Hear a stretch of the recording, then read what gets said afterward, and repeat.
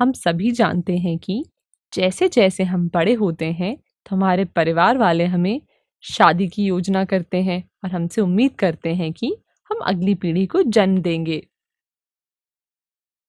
लेकिन ये अगली पीढ़ी केवल युग्मकों के होने से ही संभव हो सकती है। और अगर आपको याद है तो हमने विशेष कार्यों को करने के लिए विशेष कोशिकाओं के निर्माण के बारे में बात की थी। यह विशिष्ट कार्य जनन कोशिका का निर्माण है। इसे अपनी कॉपी में लिख लें।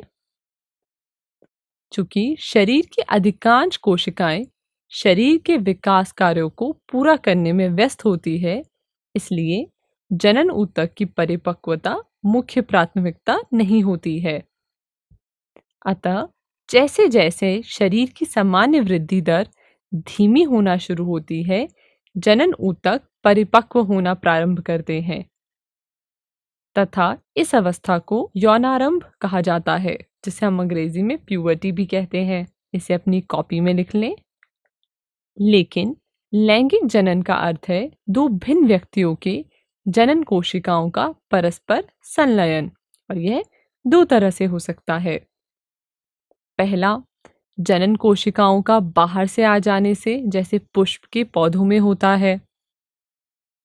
दूसरा, दो जीवों के परस्पर संबंध द्वारा तथा संलयन के लिए जनन कोशिका के स्थानांतरण द्वारा। इसे भी कॉपी में लिख लें। यदि जंतुओं को इस संभोग में भाग लेना है तो यह आवश्यक है कि दूसरे जीव उनकी लैंगिक परिपक्वता की पहचान कर सकें।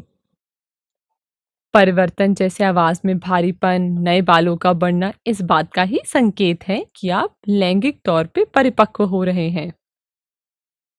दूसरी ओर, दो व्यक्तियों के बीच जनन कोशिकाओं के वास्तविक स्थानांतरण के लिए विशिष्ट अंग या संरचना की आवश्यकता होती है। उदाहरण के लिए शीश्न के ऊर्ध्व होने की क्षमता।